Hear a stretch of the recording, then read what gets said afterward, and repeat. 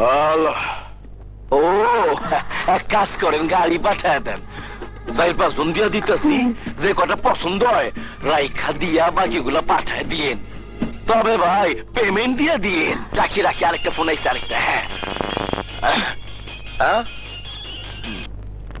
Hello. আরে ভাই, লুঙ্গি পরা থেকে শুরু কইরা কোট প্যান্ট পর্যন্ত পছন্দ করব। আপনাদের লগে কি নতুন ব্যবসা করি? আচ্ছা রাখি। কইতে না কইতেই বুইরা এসে হাজির। সবই তো বুকিং দিয়ে দিলাম, বুইরার জন্য তো একটা দরকার। সালাম আলাইকুম চাচা। ওয়ালাইকুম আসসালাম। এই মাসে আপনি আমার বাড়ি ছেড়ে দেবেন। মিথ্যে কথা বলে আপনার লোকজন আমার কাছ থেকে বাড়ি ভাড়া নিয়েছে। আপনার এই 2 নম্বরই কাজের জন্য আমি বাড়ি ভাড়া দেইনি।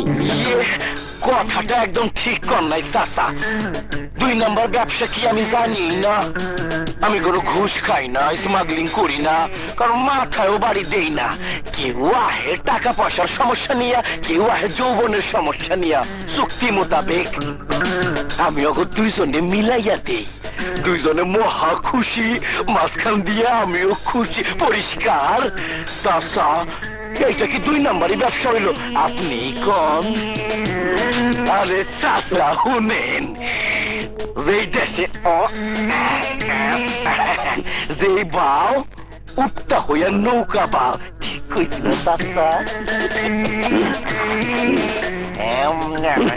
আরে চাচা ছিলাম না। আরে বাবা চাচা বুঝা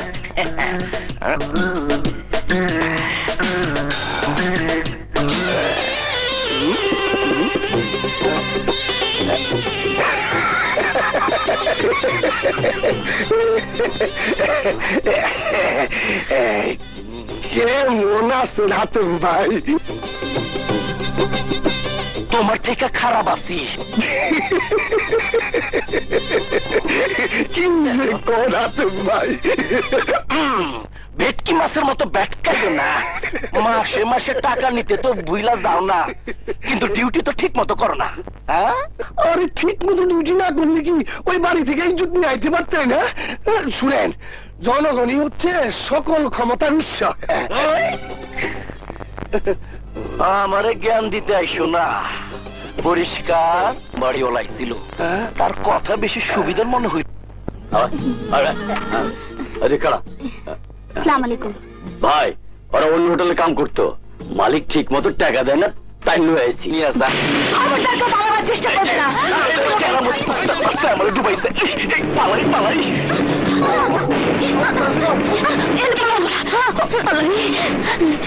গেল কই? এই পেয়েছি।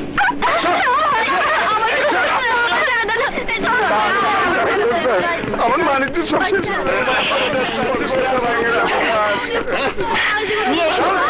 সাংবাদিক চোখে না পড়লেই হয়। বলো, কতটুকু অগ্রসর হয়েছে? তেমন একটা অগ্রসর হতে পারিনি স্যার, তবে ছোট্ট একটা ইনফরমেশন পেয়ে একজনকে ফলো করছি। যেই দিন থেকে লোকটাকে ফলো করছি, সেই দিন থেকেই গরম খবর পত্রিকাটি আর বের হচ্ছে না। মনে হচ্ছে তুমি সঠিক জায়গায় প্রবেশ করেছো। শোনো, তুমি ওই লোকটাকে ফলো করো, সন্ধান পেয়ে যাবে। আজকে তুমি সময় লাগবে। তাই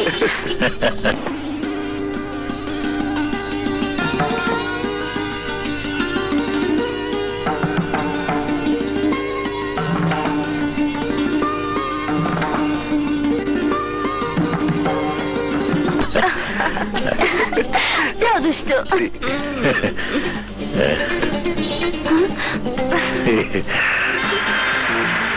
রিক্সা থামো, তাড়াতাড়ি থামো। রবি, তুমি তাড়াতাড়ি রিক্সা ভাড়াটা দিয়ে দাও।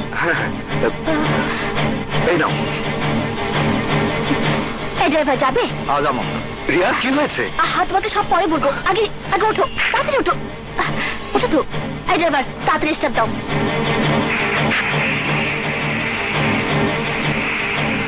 ড্রাইভার, ওই সাদা গাড়িটাকে ফলো করো।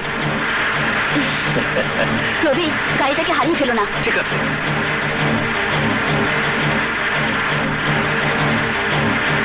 চল চালাও। ড্রাইভার আস্তে আস্তে যাও। এবার থামো। রবি, তুমি একটু অপেক্ষা করো, আমি আসছি। ওকে। এই যে শুনুন, মরে বললেন কারা সাইতে আছেন? মানে আমি একটু ওরে আমার খোদা, বুঝতে পারছি, মগো বসের কাছে আইছেন দেখা করতে। আচ্ছা ভেতরে আইয়া ওড়েন। জি।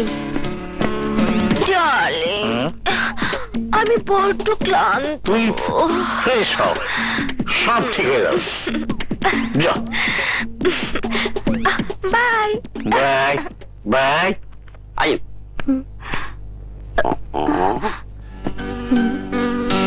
কি দেখতে আছেন?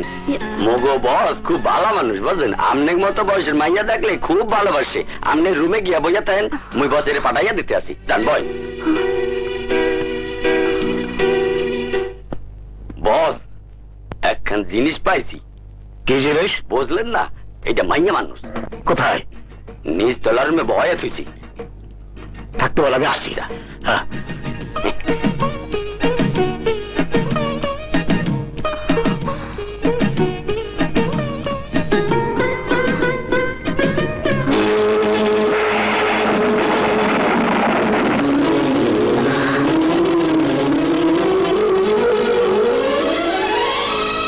তুই এখানে? অন্য কাউকে আশা করেছিলি বুঝি? যে চিন্তা ভাবনা করে এসেছো সেটা সফল হলো না, তাই না বাবা? তোমাকে নিয়ে অনেক গল্প করেছিলাম, তোমার জন্য মাকে অনেক উল্টো কথা বলেছিলাম। মা আমাকে বলেছিল তোর বাবা সম্পর্কে আমি যা জানি তুই তা জানিস না। ছি বাবা, ছি।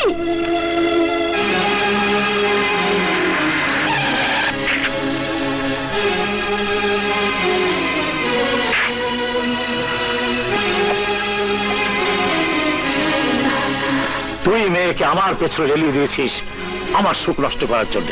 তোর জীবনে সুখ নেই বলে অন্য কারো সুখ সহ্য করতে পারছিস না। আজ আমি বুঝতে পেরেছি তোদের মতো মহিলার ভাগ্যে স্বামীর সোহাগ কেন শোয়া পায় না। আর মেয়ে আর আমার সম্পর্কে কোনো মন্তব্য তোমার মুখ থেকে শুনতে চাই না জাফর। জাফর নয়, আমি সিজা। আরে ওটা তো তোমার ছদ্মনাম। নাম পরিবর্তনের সাথে সাথে তুমি সবকিছু পরিবর্তন করে ফেলেছো। নিজের স্ত্রীকে দূরে রেখে কচি কচি মেয়ে নিয়ে আনন্দ ফুর্তি করে বেড়াচ্ছ। শেষ পর্যন্ত মেয়ের বয়সী একটা মেয়েকে বিয়ে করে। একদম চুপ। আর একটা কথা বললি তোর মুখ আমি সেলাই করে দেবো। তোকে শেষবারের মতো বলছি, বেশি বাড়াবাড়ি করলে তোকে দুনিয়া থেকে সরিয়ে দেবো। বাহ বাবা বাহ, তার আর প্রয়োজন হবে না। তুমি তোমার বৃদ্ধা স্ত্রীকে মেরে নতুন স্ত্রী পাবে, কিন্তু আমি মা পাবো না। তুমি নতুন স্ত্রী ভালোবাসা পাবে, আমি মায়ের স্নেহ পাবো না। তাই বলছি তুমি তোমার জগৎ নিয়ে বসবাস করো, আমাদেরকে নিয়ে তোমার কোনো কিছু ভাবতে হবে না। কে এই ছেলে? আমার নাম রবি। ওর সঙ্গে কেন? আপনার মেয়ের পাশে আমার মতো একজন যুবক থাকবে, এটাই তো স্বাভাবিক।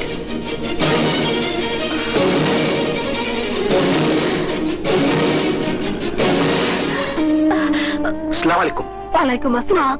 মা, মা